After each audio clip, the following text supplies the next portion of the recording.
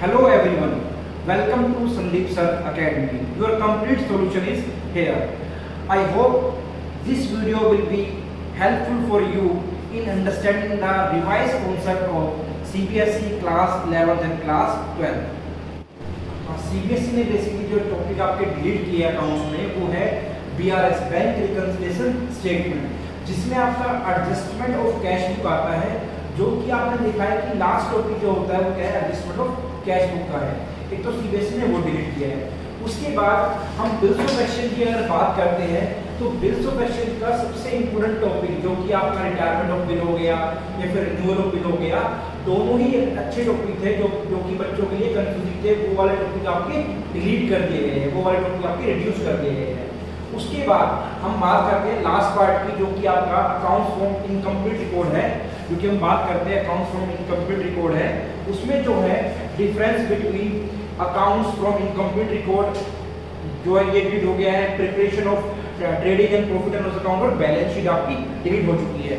हालांकि trading and profit and loss account आप एक अलग चैप्टर में भी पढ़ोगे, जो कि आपका फाइनेंशियल स्टेटमेंट विद एडजस्टमेंट भी और विदाउट एडजस्टमेंट का पार्ट भी होगा। अब मैं आपको बताने जा रहा हूँ कि इकोनॉमिक्स में कौन कौन से टॉपिक आपके डिलीट हुए हैं। तो सबसे पहले हम बात करते हैं, देखो इकोनॉमिक्स को बेसिकली यहाँ पर दो पार्ट्स में डिवाइड करते हैं। एक आपकी माइक्रो इकोनॉमिक्स होगी, एक स्टैटिस्टिक्स फॉर इकोनॉमिक्स होगी, ठीक है। अगर हम माइक्रो इकोनॉमिक्स की बात करते हैं तो सबसे पहले जो आपकी यूनिट 4 है, जिसमें आपका पीपीसी होता है, प्रोडक्शन पॉसिबिलिटी कर्व बोलिए या फिर प्रोडक्शन पॉसिबिलिटी फ्रंटियर बोलिए, एक ही बात है। वो टॉपिक क्या हो गया है, डिलीट हो गया है, ठीक है। वो टॉपिक नहीं आएगा इस साल, सीबीएसई ने वो टॉपिक डिलीट किया है।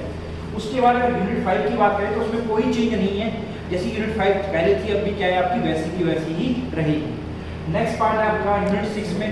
देखो यूनिट 6 में आपका जैसे प्रोड्यूसर इक्विलिब्रियम हो गया, उसके मीनिंग और कंडीशन हो गई, जो कि आपकी एमआर और एमसी अप्रोच थी। एमआर का मतलब क्या है, मार्जिनल रेवेन्यू हो गया, और एमसी का मतलब मार्जिनल कॉस्ट। ये टॉपिक पहले आपका काफी इंपॉर्टेंट टॉपिक था, ठीक है। ये टॉपिक भी क्या हो गया आपका डिलीट हो गया है। अब हम बात करते हैं यूनिट 7 के बारे में। तो इसमें जो मार्केट की फॉर्म्स तो आपकी ज़्यादा होती है, पर हम यहाँ पर बात करते हैं जो मोनोपोली का पार्ट है और जो आपका मोनोपोलिस्टिक कंपटीशन का पार्ट है, वो आपका पार्ट डिलीट हो गया है इस साल।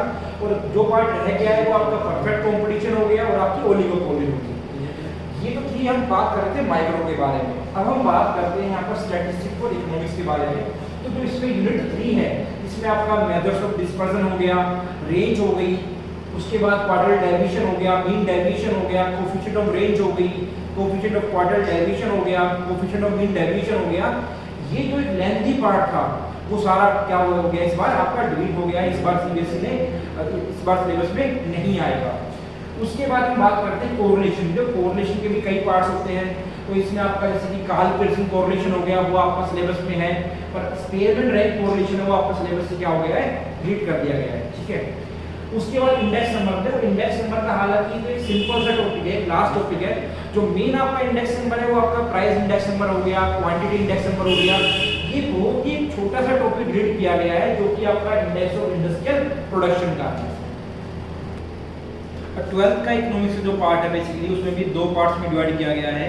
एक आपकी मैक्रो इकोनॉमिक्स और एक क्या दे सकते हैं यहाँ पर इंडियन इकोनॉमिक डेवलपमेंट है। मैक्रो इकोनॉमिक्स का जो पार्ट है बेसिकली हम कह सकते हैं यहाँ पर कि नेशनल इनकम, जो कि बड़ा लेंथी चैप्टर है, उसमें कोई भी चेंजेस नहीं है, जैसे पहले था वो भी आज भी वैसे ही है। उसके बाद हम बात करते हैं मनी एंड बैंकिंग की।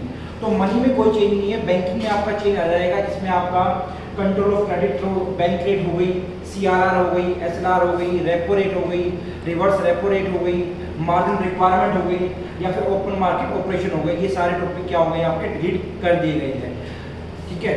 उसके बाद हम बात करते हैं यहाँ पर ये बैलेंस ऑफ पेमेंट के बारे में। अगर हम बैलेंस ऑफ पेमेंट के बारे में बात करते हैं तो क्या है, मीनिंग ऑफ डेफिसिट हो गया, वो आपका डिलीट कर दिया गया है, ठीक है।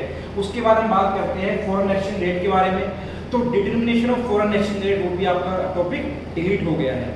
उसके बाद जैसे जो टॉपिक बच गए थे वो एज इट इज आपके टॉपिक, जैसे गवर्नमेंट बजट हो गया, उसमें आपका कोई चेंज नहीं है। अब हम बात करते हैं यहाँ पर इंडियन इकोनॉमी की। तो इंडियन इकोनॉमी में जो आपका चेंज आया बेसिकली, अगर हम बात करें यहाँ पर development experience and economic reforms में, तो उसमें कोई चेंज नहीं है, जैसा पहले था अब भी वैसा ही है। उसके बाद अगर current challenges facing Indian economy की बात करते हैं तो इसमें जो चेंज आया है वो आपका क्या है, growth of education sector in India. तो जो भी अगर एजुकेशन की बात की जाए, अगर हम यहाँ पर लिटरेसी की बात करते हैं तो सारे टॉपिक इसमें आते हैं, इसी में आते हैं, और वो टॉपिक सारे कर दिए गए, आपके डिलीट कर दिए गए हैं।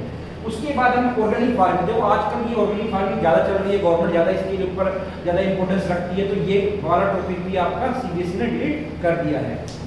उसके बाद एनर्जी टॉपिक है, छोटा ही टॉपिक है पर वो कई बार एग्जाम में उसके एक क्वेश्चन आ जाते हैं, वो टॉपिक भी आपका क्या हो गया है, डिलीट हो गया है। अकाउंट्स की बुक को यहाँ पर बेसिकली हम 3 पार्ट्स में डिवाइड करते हैं। तो फर्स्ट पार्ट है आपका नोट फॉर प्रॉफिट ऑर्गेनाइजेशन। देखो नोट फॉर प्रॉफिट ऑर्गेनाइजेशन आपका 10 मार्क्स का चैप्टर है, उसमें कोई चेंज नहीं आया, नो चेंज, ठीक है। उसके बाद हम बात करते हैं अकाउंटिंग फॉर पार्टनरशिप फर्म के बारे में। तो उसमें क्या है, फंडामेंटल वाला पार्ट है, तो फंडामेंटल में आपका कोई चेंज नहीं आया है। उसके बाद change in profit sharing ratio among existing partner, उसमें भी आपका कोई चेंज नहीं है। उसके बाद हम बात करते हैं एडमिशन ऑफ ए पार्टनर के बारे में। एडमिशन ऑफ पार्टनर में जो टॉपिक आपका डिलीट हुआ है, यही कई बार एग्जाम में यही टॉपिक आता था कि adjustment of capital and preparation of balance sheet, और ये टॉपिक अब क्या है, सीबीएसई ने डिलीट कर दिया है, ठीक है। उसके बाद हम बात करते हैं रिटायरमेंट ऑफ पार्टनर के बारे में। रिटायरमेंट ऑफ पार्टनर का मतलब है यहाँ पर एडजस्टमेंट ऑफ कैपिटल जो है वो, और उसके बाद लोन अकाउंट, ये दोनों ही टॉपिक क्या कर दिए गए, आपके डिलीट कर दिए गए हैं। तो नेक्स्ट टॉपिक है आपका क्या, death of A partner. Death of A partner वाले केस में डिसीज पार्टनर्स कैपिटल, जब उस पार्टनर की डेथ हो जाती है, उसका कैपिटल अकाउंट और उसके एग्जीक्यूटिव का कैपिटल अकाउंट, ये वाला टॉपिक क्या कर दिया गया, आपका डिलीट कर दिया गया है, और बाकी जो पार्ट आपका सेम है। उसके बाद हम बात करते हैं यूनिट 3 के बारे में, जो कंपनी अकाउंट्स का पार्ट है। कंपनी अकाउंट्स आपकी अराउंड 15 मार्क्स की आती है। इसमें की इशू ऑफ शेयर्स है, इसमें आपका कोई चेंज नहीं है। अगर हम बात करते हैं इशू ऑफ डिबेंचर की, उसमें भी आपका कोई चेंज नहीं है। जो चेंज है वो आपका रिडेम्पशन ऑफ डिबेंचर में, रिडेम्पशन ऑफ डिबेंचर में लमसम हो गया और ड्रॉप लॉस हो गया, ठीक है, ये आपके चेंजेस है, राइट। उसके बाद हम बात करते हैं जो थर्ड बुक है, जो आपकी फाइनेंशियल स्टेटमेंट वाला पार्ट है एनालाइज का, उसमें आपका कोई चेंज नहीं है। इस बार पहले हम स्पेसिफिक प्रोजेक्ट बनाते थे और आपका कॉम्प्रिहेंसिव बनाते थे, पर इस बार आपको क्या बनाना पड़ेगा, ओनली स्पेसिफिक प्रोजेक्ट ही बनाना होगा। Okay guys, keep supporting and see you in my next video. Thank you so much.